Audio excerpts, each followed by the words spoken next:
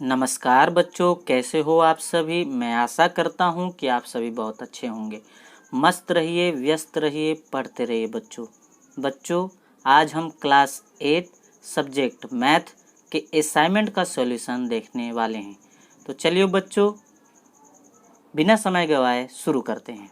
यहाँ पर section A देख सकते हैं आप, लिखा हुआ है। सेक्शन ए में question 1, answer the following questions.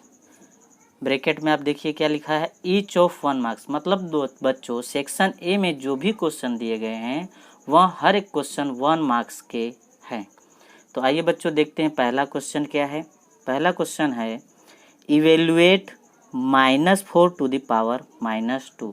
इसका मतलब क्या है दोस्तों? इवेल्युएट का मतलब इसका वैल्यू निकालना है हमें दोस्तों। तो दोस्तों मैंने आप लोगों को क्लास में बताया ही था कि किसी भी वैल्यू का पावर अगर माइनस है तो उसे हमें 1 के अपॉन में लिखकर उस पावर को प्लस में हम कर सकते हैं। जैसा कि बच्चों मैंने फॉर्मूला आप लोगों को लिखाया था, यहाँ पर आप देख सकते हैं। किसी भी बेस की पावर अगर माइनस में है, यानी यहाँ पर आप देख सकते हैं a to the power -m है। अगर यहाँ -m की जगह हमें +m चाहिए तो उसे 1 के अपॉन में लिख देंगे तो a की power m, a to the power m हो जाएगा। तो देखिए बच्चों, यहाँ पर माइनस की जगह प्लस हो गया है। तो क्या बच्चों हम इसे भी ऐसा नहीं कर सकते? इस फॉर्मूले के हिसाब से बिल्कुल कर सकते हैं। तो यहाँ पर दिया है बच्चों -4 टू द पावर -2। तो ये माइनस जो है यहाँ पर जो दिया गया है -2, उसकी जगह हमें प्लस लाना है। तो क्या करना होगा, 1 अपॉन फिर ये जो बेस दिया था -4 टू द पावर 2 हो जाएगा, जैसा कि ये फॉर्मूला यहाँ पर दिया है। आई होप बच्चों आप लोग को समझ में आ रहा होगा। अब बच्चों हमारा पावर प्लस में आ गया है। तो मैंने आपको बताया था कि पावर जिसके ऊपर लगा है, यानी जिसके ऊपर लगा है वो बेस है। तो -4 क्या है, यहाँ पर बेस है। तो बेस जो है उतने टाइम ही मल्टीप्लाई होता है जितने टाइम पावर है। तो यहाँ पावर कितने टाइम है, 2 टाइम्स है, इसलिए -4 जो है वो 2 टाइम मल्टीप्लाई होगा। तो -4 इंटू -4 क्या हो जाएगा दोस्तों, 16। 4 इंटू 4 यानी कि 4 4 जा 16 हो जाएगा बच्चों। जैसे कि यहाँ पर हम देख सकते हैं 1 अपॉन -4 की पावर 2 है। तो इसे हम क्या कर सकते हैं बच्चों, -4 इंटू -4 2 टाइम लिख देंगे। क्यों? क्योंकि पावर जो है वो 2 टाइम है, इसीलिए हम बेस को 2 टाइम मल्टीप्लाई कर देंगे। तो क्या हो जाएगा बच्चों, -4 इंटू -4, माइनस माइनस मल्टीप्लाई में क्या हो जाता है बच्चों, प्लस में कन्वर्ट हो जाता है। ऊपर 1 है, 1 तो वैसे ही रह जाएगा। 4 4 जा क्या हो जाएगा, 4 4 जा 16, और माइनस माइनस का क्या हो जाएगा, प्लस बच्चों। तो ये हो गया हमारा आंसर 1/16। आई होप बच्चों आप लोग को समझ में आया होगा। तो चलिए आगे बढ़ते हैं, क्वेश्चन नंबर 2 देखते हैं क्या है। क्वेश्चन नंबर 2 देखिए क्या है। Question number 2, find the common factor 2y, 22xy। यानी ये जो दो वैल्यू दी गई है, इन दोनों में कॉमन फैक्टर फाइंड करना है। तो पहले क्या करना होगा बच्चों, हमें इनका फैक्टर करना होगा, उसे तोड़ देना होगा ना। 2y इज इक्वल टू, तो इसे हम ब्रेक कर देंगे तो क्या हो जाएगा बच्चों, 2 इंटू वाई, दो पार्ट में ये हो गया। नाउ 22xy है, तो इसे हम तोड़ेंगे तो 2 11 जा 22 होता है, और इंटू x इंटू वाई, यानी 22xy को हम 2 into 11 into x into y के फॉर्म में ब्रेक कर सकते हैं। आई होप समझ में आ रहा होगा बच्चों। अब देखिए इसमें कॉमन क्या है, तो आप यहाँ पे क्लियरली देख सकते हैं 2 दोनों में कॉमन है, y दोनों में कॉमन है। तो बस बच्चों यही हमारा आंसर है। देखिए 2 कॉमन है तो 2 लिख दो, y कॉमन है तो y लिख दो। 2 इंटू वाई यानी 2y, hence the common factor are 2 and y। I hope बच्चों समझ में आ रहा होगा, इसलिए हमने यहाँ लिख दिया 2 into y is equal to 2y। चलिए बच्चों थर्ड क्वेश्चन पर चलते हैं। Write formula first, area of rectangle and area of square. तो बच्चों क्या होगा, एरिया ऑफ रेक्टेंगल का फॉर्मूला होता है L इंटू बी, यानी लेंथ इंटू ब्रेथ। यहाँ पर आप फिगर में देख सकते हैं, ये रेक्टेंगल का फिगर है। तो जो लंबी साइड होती है उसे लेंथ कहते हैं, और जो शॉर्ट साइड है उसे क्या कहते हैं, ब्रेथ कहते हैं। तो ये L इंटू बी कर देंगे बच्चों तो हमें एरिया ऑफ रेक्टेंगल फाइंड हो जाएगा। सेम एज स्क्वायर मतलब क्या होता है बच्चों, जिसकी चारों साइड समान हो, ये चारों साइड जो हो सेम है, यानी अगर ये ए है तो ये भी ए, ये भी ए, ये भी ए। तो इसका एरिया का फॉर्मूला क्या होता है बच्चों, area of square is equal to A into A. Area of square is equal to A into A, यानी दोनों साइड का मल्टीप्लाई कर देंगे तो हमें साइड का स्क्वायर यानी ए स्क्वायर, जिसे हम साइड का स्क्वायर लिख सकते हैं। ज़्यादा अगर आपको कन्फ्यूजन हो रहा हो तो डायरेक्ट ए इंटू ए याद रखें। रेक्टेंगल में क्या होता है बच्चों, केवल आमने सामने की साइड सेम होती है। ये यल है तो ये यल, और ये ब्रेथ है तो ये ब्रेथ। आई होप बच्चों समझ में आप लोगों को आ रहा होगा। चलिए चलते हैं नेक्स्ट क्वेश्चन पर।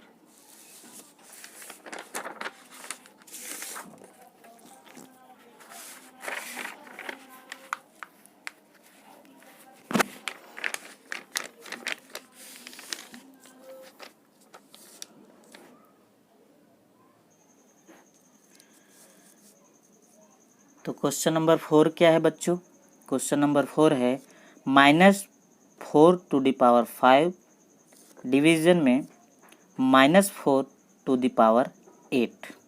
अब इसे हमें क्या करना है बच्चों, सॉल्व करना है। तो मैंने आपको बताया था बच्चों, यदि बेस सेम हो, यहाँ पर देख सकते हैं -4 और -4 दोनों में बेस सेम है और डिवीज़न में है, तो क्या होगा बच्चों, उनके पावर का माइनस हो जाएगा। क्या हो जाएगा, उनके पावर के बीच माइनस हो जाएगा। जैसा कि फॉर्मूला मैंने आप लोग को समझाया था, a to the power m upon a to the power n, यानी यहाँ पर देख सकते हैं आप बच्चों a दोनों में सेम है, नहीं बेस क्या है a और पावर यहाँ पे दोनों अलग है, लेकिन ये लोग डिवीज़न में है जैसा कि यहाँ दिया गया है। तो क्या हो जा रहा है यहाँ पे बच्चों, a टू द पावर यानी इन दोनों का पावर का माइनस हो जा रहा है। तो सेम क्या बच्चों हम यहाँ ऐसा कर सकते हैं, बिल्कुल कर सकते हैं। तो बच्चों क्या किया, मैंने ये क्वेश्चन को पहले यहाँ लिख दिया वापस। अब बेस सेम है ये मैंने जान लिया, इस फॉर्मूले में सेट हो जा रहा है, तो इन पावर का क्या हो जाएगा, माइनस हो जाएगा। तो 5 पावर -8। क्लियर बच्चों। तो जो पहले है वो वैल्यू पहले लिखना है, ऐसा नहीं कि 8 में से 5 घटा दो, नो, 5 - 8 यानी जो पहले वैल्यू है उसी में से करना है। ओके, नाउ 5 में से 8 तो जाएगा नहीं, तो 8 में से 5 यू हैव टू माइनस, तो 8 में से क्या होगा, 5 चला जाएगा, 8 में से 5 चला जाएगा तो बचेगा 3। अब यहाँ पे चेक करो बच्चों की बड़ी वैल्यू क्या है, बड़ी वैल्यू 8 है और वो माइनस में, इसलिए हमारा आंसर क्या आएगा, माइनस में।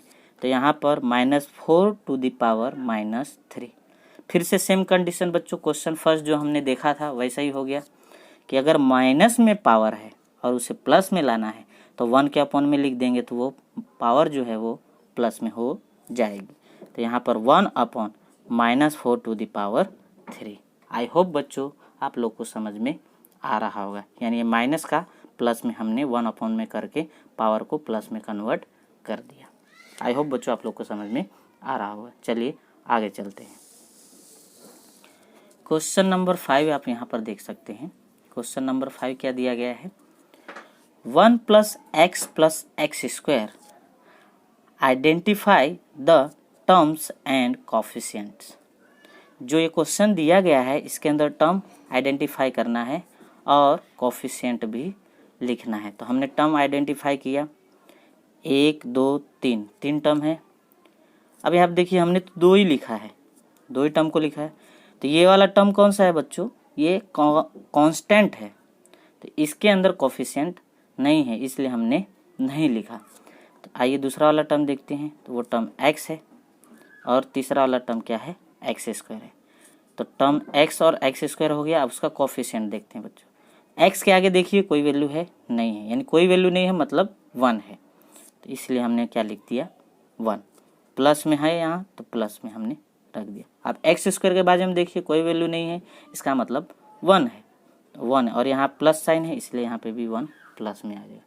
आई होप आप लोग को समझ में आ रहा है। चलिए आगे बढ़ते हैं। आप लोग को कोई भी डाउट होगा तो आप लोग मुझे वीडियो के नीचे कमेंट में करके पूछ सकते हैं, ठीक है बच्चों। क्वेश्चन नंबर 6 देखते हैं क्या है। Question number 6, add the a - b + ab comma b minus c plus b c comma c minus a plus a c. Add करना है, मतलब बच्चों इसे सम करना है। क्लियर? तो जो सवाल दिया गया है उसे पहले लिख दीजिए और जहाँ कोमा है उसे क्या कर दीजिए, प्लस में कन्वर्ट कर दीजिए, तो ऐड हो जाएगा। तो हमने वैसा ही किया, A minus B plus A B लिख दिया, प्लस साइन लगाया, उसके बाद ये क्वेश्चन लिख दिया b minus c plus b c, फिर प्लस साइन लगाया और ये जो क्वेश्चन लिखा था सी माइनस ए प्लस ए सी वैसे का वैसा लिख दिया। अब इसमें बच्चों देखना हमें है कि कौन कौन सा सेम मिल रहा है, तो उसे हम ऐड इजीली कर सकते हैं।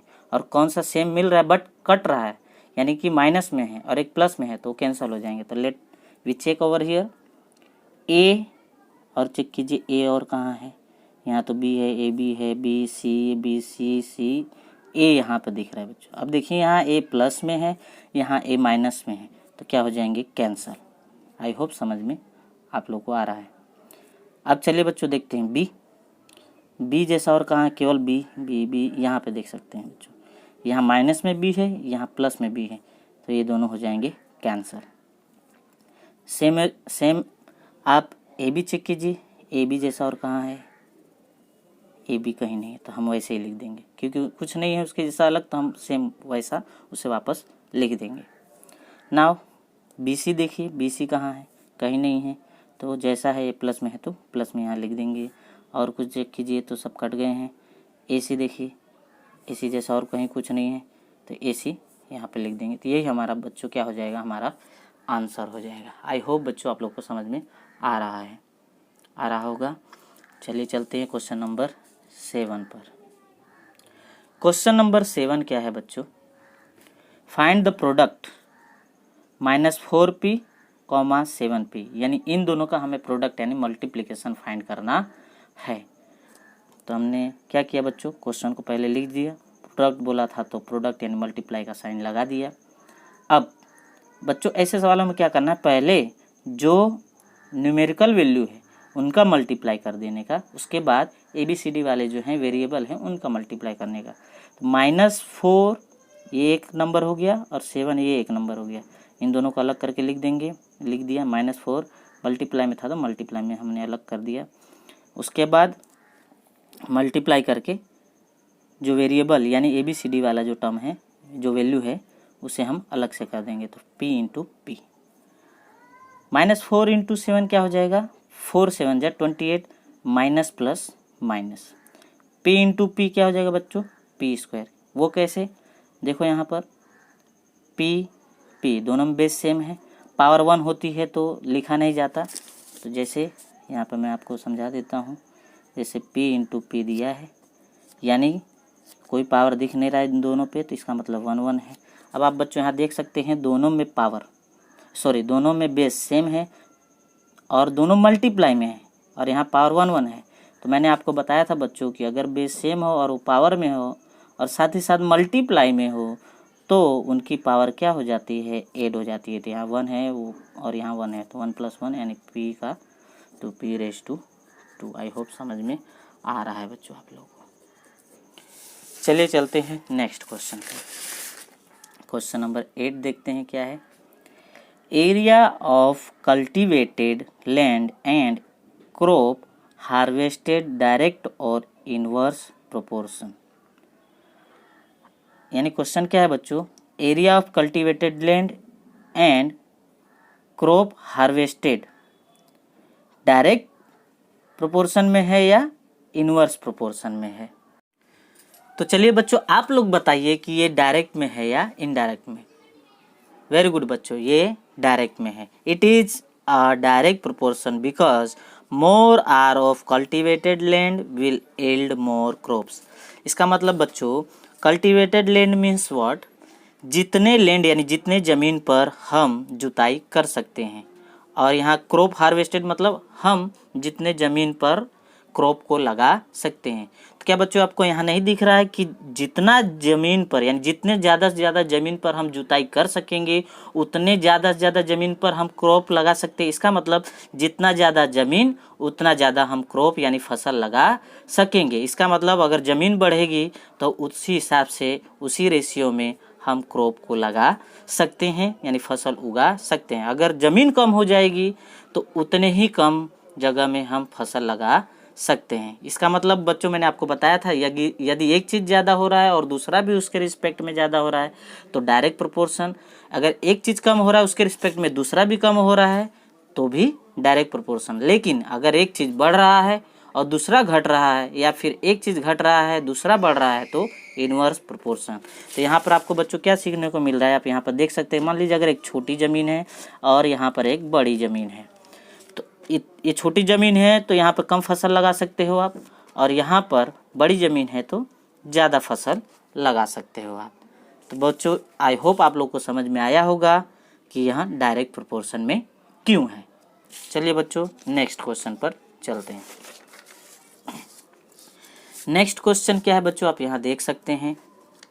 Question number 9, express in standard form 602.0000000। तो बच्चों ये स्टैंडर्ड फॉर्म में हम क्यों लिखते हैं ये भी मैंने आपको क्लास में बताया था। स्टैंडर्ड फॉर्म यानी सपोज आपको ये नंबर किसी को बताना है तो आप कैसे बताएंगे 0602.0000000। तो सामने वाला भी कंफ्यूज होगा, भाई जीरो कितनी बार जीरो। इसीलिए हम बच्चों स्टैंडर्ड फॉर्म यूज करते हैं कि हम उसे ऐसे फॉर्म में कन्वर्ट कर सकें जो बहुत बड़ी डिजिट की वैल्यू है, जिसे बताना बहुत मुश्किल हो, तो हम उसे स्टैंडर्ड फॉर्म में कन्वर्ट करके डायरेक्टली बोल देते हैं और लिख सकते हैं, ताकि ईजिली किसी को भी बताया जा सके, ईजिली कहीं भी लिखा जा सके। तो जैसे दोस्तों स्टैंडर्ड फॉर्म में कन्वर्ट कैसे करते हैं, तो जो भी वैल्यू दी गई हो उसमें डिजिट ढूंढो कि कहाँ दिया है। तो ये क्वेश्चन मैंने बच्चों यहाँ लिख दिया, तो यहाँ पे देख सकते हैं। तो इस क्वेश्चन के अंदर डिजिट देखिए कहाँ पे, नंबर कहाँ चालू हो रहा है। तो देखिए 602, बाकी तो सब 00, तो यहाँ पर नंबर चालू हो रहा है। तो स्टैंडर्ड फॉर्म में कन्वर्ट करने का तरीका क्या है बच्चों, कि जो डिजिट चालू हो रहा है, जहाँ से नंबर चालू हो रहा है, जहाँ से नंबर चालू हो रहा है तो एक नंबर के बाद पॉइंट रख सकते हैं और उस हिसाब से हम स्टैंडर्ड फॉर्म में कन्वर्ट कर सकते हैं। तो यहाँ पर 6 से चालू हो रहा है तो 6 के बाद पॉइंट आना चाहिए। तो 6 के बाद पॉइंट लाने के लिए हमें क्या करना होगा बच्चों, तो हमें पॉइंट लाने के लिए क्या करना होता है, डिवाइड करना होता है। और डिवाइड करने के लिए हम काउंट किधर से करते हैं, डिजिट लेफ्ट साइड से कि राइट साइड से, राइट साइड से। तो चेक करते हैं 1 2 3 4 5 6 7 8 9 10 11 12 13 14 15 means here are 15 digits 1 2 3 4 5 6 7 8 9 10 11 12 13 14 15 digit के बाद पॉइंट आना चाहिए। ये स्टैंडर्ड फॉर्म का रूल है कि एक डिजिट के बाद पॉइंट रख के बाकी वैल्यू को पावर में एक्सप्रेस कर देना होता है। तो हमें ये जो 6 वैल्यू है उसके बाद पॉइंट चाहिए, इसका मतलब हमें 15 डिजिट खसक करके पॉइंट लगाना है। तो डिवाइड करना होगा, तो क्या करेंगे हम, डिवीज़न में 10⁻15 रख देंगे। तो इसे बैलेंस भी करना होगा बच्चों, तो हम मल्टीप्लाई में ऊपर 10⁻15 पावर कर देंगे। अब ये जो वैल्यू है इससे हम क्या करेंगे, इसे डिवाइड कर देंगे। तो क्या बच्चों अगर हम इसे डिवाइड कर देंगे तो 6.02 उसके बाद 000, तो वैल्यू पॉइंट के बाद 00 की इतनी कोई वैल्यू रह नहीं जाती है, तो हम खाली 6.02 ही लिखेंगे। तो इससे हम डिवाइड करेंगे तो इतनी वैल्यू आ जाएगी कि नहीं बच्चों। आई होप कि समझ में आ रहा होगा आप लोगों को। तो 6.02 ये इससे डिवाइड कर देंगे तो इतना आ जाएगा, राइट। उसके बाद ऊपर ये तो बचा था ना जो हमने बैलेंस किया था, वो हो जाएगा 10⁻15। आई होप बच्चों आप लोग को समझ में आ रहा होगा। चलिए चलते हैं नेक्स्ट क्वेश्चन पर। Question number 10, write the formula of a + b का whole square and second a + b a - b। तो बच्चों आपको पता ही होगा कि a + b का होल स्क्वायर का फॉर्मूला क्या होता है। जो a और b की वैल्यू होती है ब्रैकेट के अंदर, तो 1/1 a का स्क्वायर प्लस b का स्क्वायर प्लस 2 से मल्टीप्लाई a × b। यहाँ पे आप देख सकते हैं बच्चों, इसे हम a² + 2ab + b² के फॉर्म में लिख सकते हैं।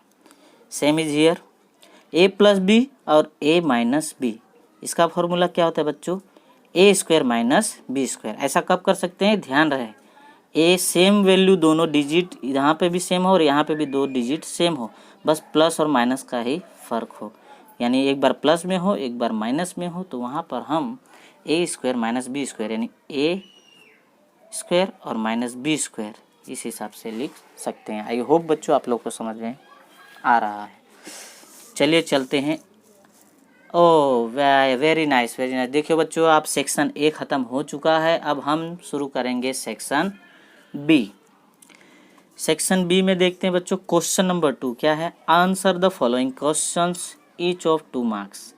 ईच ऑफ 2 मार्क्स मीन्स बच्चों सेक्शन बी में जितने भी क्वेश्चन हैं सारे के सारे 2 मार्क्स वाले हैं। तो चलिए सेक्शन 2 में पहला क्वेश्चन क्या है देखते हैं बच्चों। Right the types of graph used in your syllabus. कितने टाइप के ग्राफ आपके सिलेबस में यूज हुए हैं? पहला अ बार ग्राफ, दूसरा अ पाई ग्राफ, तीसरा a histograph and fourth one a line graph. तो लाइन ग्राफ कैसा होता है बच्चों? चलिए पहले 1 बाय 1 देख लेते हैं। अ बार ग्राफ। अ बार ग्राफ मतलब बच्चों आपने आई होप ऐसा देखा होगा, ग्राफ में इस तरीके से कॉलम बना होगा, इसे हम बार ग्राफ कहते हैं बच्चों। आई होप समझ में आ रहा होगा। ये एक्स एक्सिस और ये वाई एक्सिस। पाई ग्राफ मतलब बच्चों राउंड के अंदर कोई वैल्यू दी होगी, सर्कल के अंदर डिग्री वाइज बराबर 60 डिग्री में कुछ दिया होगा, कुछ 80 डिग्री में दिया होगा, टोटल 360 डिग्री के हिसाब से आप लोगों को दिया जाता है। ठीक है बच्चों। क्वेश्चन उसके बाद है हिस्टोग्राफ और उसके बाद है लाइन ग्राफ। लाइन ग्राफ क्या है बच्चों? लाइन ग्राफ में आपको लाइन देखने को मिलेगी। लाइन यहाँ पे कुछ वैल्यू हो सकती है एक्स वाई और यहाँ पे कुछ वैल्यू हो सकती है एक्स वाई, कोई भी वैल्यू हो सकती है, और ये एक्स एक्सिस और ये वाई एक्सिस। तो ये हो गया बच्चों लाइन ग्राफ। चलिए बच्चों चलते हैं अब आगे। Question number 2, write the formula area of trapezium. Area of trapezium, तो एरिया ऑफ ट्रेपेजियम का फॉर्मूला क्या होता है बच्चों? Area of trapezium is equal to 1/2 into sum of parallel sides into height. तो बच्चों मैंने इसे फिगर में करके समझाया है, तो मैं आपको एक बार फिगर के हिसाब से एक्सप्लेन कर देता हूँ। आपको यहाँ पे फिगर क्लियर दिख रहा होगा, आप देख सकते हैं। PQRS टाइप का एक ट्रेपेजियम बनाया गया है, जिसमें आपको दिख रहा होगा कि PQ और SR दोनों क्या हैं? पैरेलल हैं, बराबर। तो PQ की वैल्यू A है और SR की वैल्यू क्या है? B है, बराबर। और ये क्या है? H है।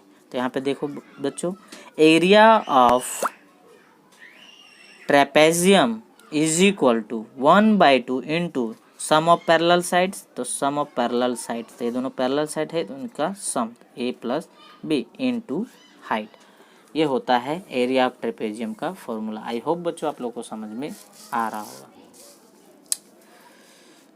Question 3, find the value of -2/3 bracket में टू द पावर -2 का भी पावर 2। तो इसका हमें क्या करना है बच्चों? वैल्यू फाइंड करना है। तो चलिए सॉल्व करते हैं। मैंने आप लोग को बच्चों बताया था कि पावर की पावर अगर दी गई हो तो वो पावर क्या होते हैं? डायरेक्ट मल्टीप्लाई हो जाते हैं। तो -2 इंटू 2, तो 2 2 जा 4 प्लस माइनस माइनस, और ये जो था बेस वो अभी फ़िलहाल तो ऐसे ही है। ठीक, अब यहाँ पर जो पावर माइनस है उसे हमें प्लस में कन्वर्ट करना होगा सॉल्व करने के लिए। तो माइनस पावर को प्लस में कन्वर्ट करने के लिए मैंने आपको सिखाया बच्चों, पहला ही क्वेश्चन था हमारा। तो क्या करते हैं? माइनस पावर को प्लस में कन्वर्ट करने के लिए 1/में लिख देते हैं। तो बच्चों यहाँ पे हम 1/में में करके कर सकते हैं, बट थोड़ा लेंदी हो जाएगा। तो यहाँ खास ध्यान रखें कि यदि जिसकी भी पावर आपको -4 दिया, अगर वो फ्रैक्शन में है यानी बेस फ्रैक्शन में है, वहाँ पे क्या था? सिंगल था, यहाँ फ्रैक्शन में है, तो क्या होगा? आप इसे प्लस जो पावर है, माइनस पावर जो है वो प्लस में कन्वर्ट करने के लिए डायरेक्ट आप इसका उल्टा कर दीजिए, कन्वर्ट कर दीजिए। तो ये 3 ऊपर चला जाएगा, -2 नीचे आ जाएगा, तो ये ऑटोमेटिक -4 प्लस में कन्वर्ट हो जाता है। ये रूल है। आई होप बच्चों आप लोग को समझ में आ रहा होगा। अब क्या करेंगे, पावर 1 बाय 1 दोनों पे डिस्ट्रीब्यूट कर देंगे। क्यों? क्योंकि इसके अलावा और कुछ नहीं कर पाएंगे हम। तो क्या होगा, 1 बाय 1 पावर हम क्या करेंगे, 3 पे एक बार पावर 4 चला जाएगा और -2 पे पावर 4 चला जाएगा। आई होप समझ में आ रहा होगा बच्चों आप लोगों को। तो 3 की पावर 4 और -2 की पावर 4 इज इक्वल टू, तो मैंने आपको बताया था बेस पे जितना पावर हो उतने टाइम बेस मल्टीप्लाई। तो 3 का पावर कितना है, 4, तो 3 कितनी बार मल्टीप्लाई होगा, 4 times, 3 into 3 into 3 into 3, same as -2 the power 4, तो -2 into -2 into -2 into -2 4 times. Now 3 3 जा 9, 3 जा 27, 3 जा 81, राइट। नाउ 2 2 जा 4, 2 जा 8, 2 जा 16। और यहाँ पर आप बच्चों सोच रहे होंगे माइनस क्यों नहीं लगाए। बच्चों अगर बेस माइनस में हो लेकिन पावर इवन पावर हो, यानी सम हो, तो वो माइनस क्या होता है, प्लस में कन्वर्ट हो जाता है। यहाँ पे भी चेक कर सकते हैं, minus minus plus, plus minus minus, minus minus plus. आई होप बच्चों आप लोग को समझ में आ रहा होगा। चलिए चलते हैं क्वेश्चन नंबर 4 पर। क्वेश्चन नंबर 4 क्या है देखते हैं। 5 to the power m division 5 to the power -3 is equal to 5 to the power 5। ये बहुत इंटरेस्टिंग सवाल है बच्चों। देखिए, दिख रहा है बहुत टफ है लेकिन एकदम ऐसे है, लूल है एकदम। तो देख सकते हैं यहाँ पर 5 to the power m division में 5 to the power -3 equal to 5 to the power 5। मैंने क्वेश्चन लिख लिया। अब बच्चों आप यहाँ पर देख सकते हैं बेस सेम है। क्या है, बेस सेम है और डिवीजन में है, तो पावर क्या होगा, माइनस हो जाएगा। पावर क्या हो जाएगा, माइनस। तो m माइनस, और ये माइनस अलग से ब्रैकेट में लिख देंगे। कई बच्चे ये गलती करते हैं, डायरेक्ट m-3 कर देते हैं और ये माइनस भूल जाते हैं लिखना, जिस वजह से क्वेश्चन क्या होता है, गलत हो जाता है। और इस साइड का तो 5 टू द पावर जैसा 5 था वैसा ही लिख देंगे। अब माइनस माइनस क्या हो जाएगा, प्लस। तो 5 to the power m+3 equal to 5 to the power 5। अब बच्चों जब भी ऐसा सवाल सेट पर जाए और इक्वल में हो और दोनों साइड बेस सेम हो, तो बेस कैंसिल हो जाते हैं और पावर इक्वेट हो जाता है। कंपेयरिंग एक्सपोनेंट्स बोथ साइड, दोनों पावर को हम कब तक डायरेक्टली कंपेयर कर सकते हैं। तो m+3 इक्वल टू 5। अब मुझे m की वैल्यू चाहिए तो 3 उस साइड भेज दूंगा, तो m इक्वल टू 5 - 3, ये प्लस में है उस साइड जाएगा तो माइनस में हो जाएगा। तो m इक्वल टू क्या हो जाएगा, 5 - 3 यानी क्या होगा, 2 वैल्यू बचेगा। तो m equal to 2। I hope बच्चों आप लोग को समझ में आ रहा होगा। अब चलिए बच्चों नेक्स्ट पेज लेना होगा। ये पेज कंप्लीट हो गया है। क्वेश्चन नंबर 5 देखते हैं। देखिए क्वेश्चन नंबर 5 क्या है, subtract 3xy plus 5yz minus 7zx from 5xy minus 2yz minus 2zx plus 10xyz। यानी कई बच्चे ये गलती करते हैं, इसमें से माइनस कर देते हैं, लेकिन देखो यहाँ फ्रॉम बोला है, फ्रॉम यानी इसमें से इससे माइनस करना है। तो 5xy minus 2yz minus 2zx plus 10xy, इसको हम ऐसे ही लिख देंगे। देखिए मैंने यहाँ लिख दिया है 5xy minus 2yz minus 2zx plus 10xyz minus, इसमें से माइनस करना है ये वाली वैल्यू को, तो इसे क्या करेंगे हम ब्रैकेट में लिख देंगे। यही गलती बच्चे लोग बहुत ज़्यादा करते हैं, ब्रैकेट में नहीं लिखते हैं और जिस वजह से उनका आंसर गलत हो जाता है। ब्रैकेट में लिखने का तात्पर्य ये है कि जब ब्रैकेट खोलते हैं तो जो प्लस वाली वैल्यू है वो माइनस हो जाती है और जो माइनस वाली वैल्यू है वो प्लस हो जाती है। अब हम ब्रैकेट खोलेंगे, ये वाला जैसा था वो तो वैसे का वैसा पूरा लिखाएगा, तो वैसा लिख देंगे यहाँ तक। ब्रैकेट ओपन करेंगे तो ये जो प्लस है वो माइनस हो जाएगा और जो माइनस है वो प्लस हो जाएगा। अब चेक करते हैं कि सेम क्या मैच हो रहा है।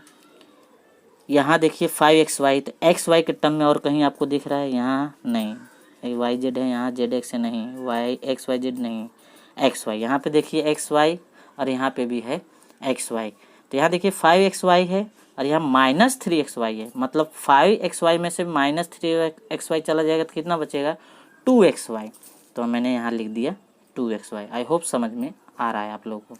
अब वाई जेड जैसा चेक कर लेते हैं, 2yz। यहाँ तो जेड एक्स है, एक्स वाई जेड है, नहीं चलेगा एक्स वाई, इसका तो काम हो गया, ये वाला वाई जेड। अब देखिए यहाँ -2yz है, यहाँ -5yz है, दोनों माइनस में है तो क्या होंगे, जुड़ जाएंगे, प्लस हो जाएगा, बट साइन माइनस में ही रहेगा, तो जुड़ के क्या हो जाएंगे -2 -5, यानी कि 2 और 5 मिलके 7 हो जाएंगे, बट साइन माइनस में रहेगा। तो यहाँ पे देखो दोस्तों बच्चों, मैंने यहाँ पे लिखा है -7 और वाई जेड जो है वो तो वैसे ही आ जाएगा। आई होप बच्चों समझ में आ रहा होगा। अब चलिए आगे करते हैं। अभी देखिए जेड है, ये -2z है, तो जेड एक्स जैसा हम ढूंढते हैं और कहाँ पर है, तो -2zx यहाँ पर नहीं है, यहाँ पर नहीं है, यहाँ पर भी नहीं, यहाँ है।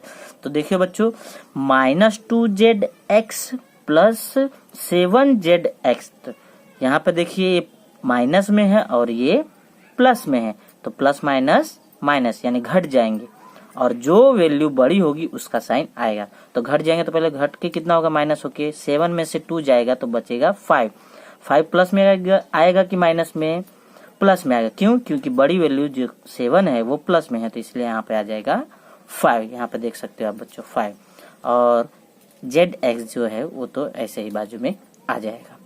अब चलिए आगे देखते हैं, प्लस 10xyz, तो 10xyz, तो xyz वाला टर्म और देखते हैं कहाँ पर है, तो कहीं नहीं है, तो वो वैसे का वैसा ही आ जाएगा। तो ये हो जाएगा हमारा आंसर। आई होप बच्चों आप लोग को अच्छे से समझ में आ रहा होगा। चलिए तो चलते हैं, आगे बढ़ते हैं। Question number 6। तो देखिए क्या लिखा है question number 6, find the area of rectangle 20x², 5y²। तो बच्चों आप लोग को ऑलरेडी पता ही होगा कि area of rectangle is equal to क्या होता है, लेंथ इनटू ब्रेथ, यानी 2 क्वांटिटी हमें चाहिए। तो यहाँ पे 2 क्वांटिटी है, तो हम इसे मान लेंगे ये लेंथ है और ये क्या है, ब्रेथ है। तो दोनों का मल्टीप्लाई यानी दोनों को रख देंगे, लेंथ की जगह पर 20x² इंटू 5y²। आई होप बच्चों समझ में आ रहा होगा। अब दोनों का मल्टीप्लाई कर देंगे, तो मल्टीप्लाई में पहले न्यूमेरिकल वाला न्यूमेरिकल के साथ कर देंगे और वेरिएबल वाला वेरिएबल के साथ। तो 20 इंटू 5 अलग कर दिया और x² इंटू y² को अलग कर दिया।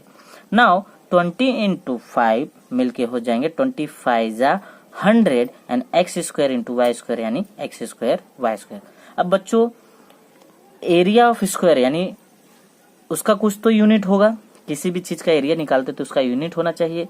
तो उसका यूनिट नहीं दिया है तो हम क्या लिख देंगे, खुद से स्क्वायर यूनिट। खास करके बच्चों एग्जाम में ध्यान रखिएगा कि आप स्क्वायर यूनिट लिखना ना भूले, नहीं तो इसकी वजह से आपके मार्क्स कट सकते हैं। नाउ अब चलते हम लोग आगे, question number 7। Question number 7, factorise 7x - 42। तो इसे कैसे फैक्टराइज करेंगे बच्चों, तो देखिए पहले क्वेश्चन हम लिख लेंगे ऐसे, 7x को 2 पार्ट में तोड़ेंगे तो 7 इंटू एक्स माइनस 42 को तोड़ेंगे तो 7 इंटू 6। नाउ 7 एंड x दोनों अब इसके अलावा आगे टूटने वाले नहीं है, तो ऐसे ही लिख देंगे, माइनस का -7 इंटू 6 को फिर से तोड़ सकते हैं, 3 2 जा 6। नाउ दोनों में कॉमन चेक कर लेंगे क्या है, तो दोनों में कॉमन चेक कर लेंगे बच्चों। तो दोनों में कॉमन क्या है, 7 है, बराबर। तो taking common factor from each term, तो दोनों टर्म में कॉमन क्या है, 7 है। और कोई कॉमन दिख रहा है आपको, नहीं, तो 7 कॉमन है तो 7 अलग से लिख देंगे। तो यहाँ से अगर 7 निकल गया तो यहाँ क्या बचा बच्चों, केवल x, तो x लिख देंगे, माइनस है तो माइनस, और यहाँ से 7 निकल गया तो यहाँ क्या बचा, 3 इंटू 6। तो x का x 3 इंटू 6 यानी क्या हो जाएगा, 3 2 जा 6, और ये 7 यहाँ था तो 7, ये हो गया हमारा आंसर। नाउ बच्चों चलो चलते हैं अब आगे। क्वेश्चन नंबर 8 देखते हैं क्या है। क्वेश्चन नंबर 8 भी है factorise x square plus x y plus 8x plus 8y, यानी जब 4 टर्म आपको दिया हो और उसका फैक्टराइजेशन पूछा हो तो बच्चे उसमें क्या करते हैं, कॉमन ले लेते हैं दो दो टर्म में। तो मैंने ये क्वेश्चन क्या किया, यहाँ पर लिख दिया same way, x square x y 8x plus 8y। अब ये दो टर्म में कॉमन चेक करते हैं, तो ये दोनों टर्म में कॉमन क्या है, कॉमन x है। तो यहाँ से अगर एक x चला गया तो क्या बचा, एक x बचा प्लस का प्लस, और यहाँ से x चला गया तो यहाँ क्या बचा, y प्लस का प्लस। अब यहाँ देखिए दोनों में कॉमन क्या है, दोनों में केवल 8 कॉमन है, तो 8 ले लिया, तो यहाँ से 8 चला गया तो यहाँ क्या बचा, केवल x प्लस का प्लस, और यहाँ से 8 इधर चला गया तो क्या बचा, y। अब क्या देखना है बच्चों, दोनों में आपको क्या कुछ चीज़ कॉमन दिख रही है, हाँ कॉमन दिख रही है, यहाँ x प्लस वाई है, यहाँ भी x प्लस वाई है। तो जो कॉमन है उसको आपको क्या करना है, एक बार अलग से लिख देना है, केवल एक बार। उसके बाद क्या बचा यहाँ पे बच्चों, x है तो x, प्लस है तो प्लस, और 8 है तो 8। आई होप बच्चों आप लोग को समझ में आ रहा होगा, यही हमारा है आंसर। अब चलिए चलते हैं क्वेश्चन नंबर 9 पर।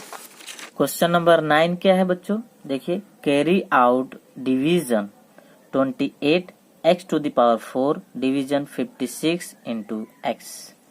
तो जैसा बोला है बच्चों, इसका डिवीजन करना है हमें, तो हम पहले क्वेश्चन लिख देंगे और उसे डिवीजन में दिखा देंगे। तो 28 x टू द पावर 4 तो हमने लिख दिया, फिर डिवीजन में 56 इंटू x लिख दिया। अब बच्चों यहाँ पे न्यूमेरिकल को पहले सॉल्व कर लेंगे। तो 28 1 जा 28 और 28 2 जा 56, डायरेक्ट कैंसिल कर सकते हैं, सेम टेबल से जा रहा है तो बिल्कुल कर सकते हैं। तो यहाँ पे बचेगा 1 और यहाँ बचेगा 2, और इसे हम फिलहाल ऐसे ही रहने देते हैं। अब यहाँ पे क्या बचा बच्चों, 1 और यहाँ बचा 2, तो हमने लिख दिया 1/2 इंटू, यहाँ पर x टू द पावर 4 था तो x to the power 4 upon x की पावर कुछ नहीं थी तो हमने क्या किया, यहाँ पर बच्चों 1 लिख दिया। जिसकी पावर कुछ नहीं उसे हम क्या कर सकते हैं, 1 लिख सकते हैं, 1 लिख सकते हैं। नाउ अब तो इसे आगे सॉल्व नहीं कर सकते, अब इसे सॉल्व करेंगे। तो क्या बच्चों आपको नहीं दिख रहा है कि यहाँ पे बेस दोनों का सेम है, बेस सेम है और पावर में है और प्लस डिवीजन में भी है, तो पावर क्या हो जाएंगे, माइनस। तो यहाँ पे देख सकते हो बच्चों, x to the power 4 minus 1। अब दोनों का पावर माइनस हो जाएगा तो 4 में से 1 जाएगा तो कितना बचेगा बच्चों, 3। तो x की पावर क्या आ जाएगी, 3, और यहाँ 1/2 था तो 1/2 और 1/2, ये हो गया हमारा आंसर बच्चों। आई होप आप लोगों को अच्छे से समझ में आ रहा होगा बच्चों। चलिए चलते हैं क्वेश्चन नंबर 10 पर। क्वेश्चन नंबर 10 क्या है बच्चों, right formula area of rhombus. तो एरिया ऑफ रोहम्बस का फॉर्मूला लाने के लिए आपको पहले रोहम्बस के फिगर को समझना होगा। तो रोहम्बस क्या होता है बच्चों, जिसकी चारों साइड सेम हो, यानी ये भी सेम, ये भी सेम, ये भी सेम, यानी अगर 10 है 10 है 10 है 10 तो चारों 10 10 हो, या 50 50 50 50 तो चारों 50 हो, यानी चारों साइड सेम होने चाहिए, और उनके डायगोनल 90 डिग्री पर बाइसेक्ट करने चाहिए, बराबर दोस्तों। और उसके बाद बच्चों क्या होगा, इनके चारों एंगल 90 डिग्री नहीं होने चाहिए। तो ये होता है बच्चों रोहम्बस, और ये साइड अपोजिट साइड जो है वो पैरेलल होनी चाहिए। तो बच्चों अब आ जाते हैं हम फॉर्मूला पर, एरिया ऑफ रोहम्बस। तो area of rhombus is equal to 1/2 into d1 into d2 where d1 and d2 are diagonals. इसका मतलब क्या है बच्चों, एरिया ऑफ रोहम्बस अगर आपको निकालना है तो 1/2 इंटू यानी 1/2 इंटू d1 इंटू d2, यानी आप इस रोहम्बस के डायगोनल का मल्टीप्लाई कर देंगे तो रोहम्बस का एरिया आपको निकल के आ जाएगा। आई होप बच्चों आप लोगों को समझ में आ रहा होगा। तो चलिए चलते हैं नेक्स्ट सवाल पर। नेक्स्ट क्या है बच्चों, ओह वाह बच्चों, सेक्शन बी कंप्लीट हो चुका है, अब हम सेक्शन सी पढ़ेंगे। तो बच्चों सेक्शन सी हम नेक्स्ट वीडियो में स्टार्ट करेंगे, तब तक के लिए जय हिंद। यदि वीडियो आपको अच्छा लगा हो तो लाइक करें, सब्सक्राइब करें, शेयर करें बच्चों। जय हिंद।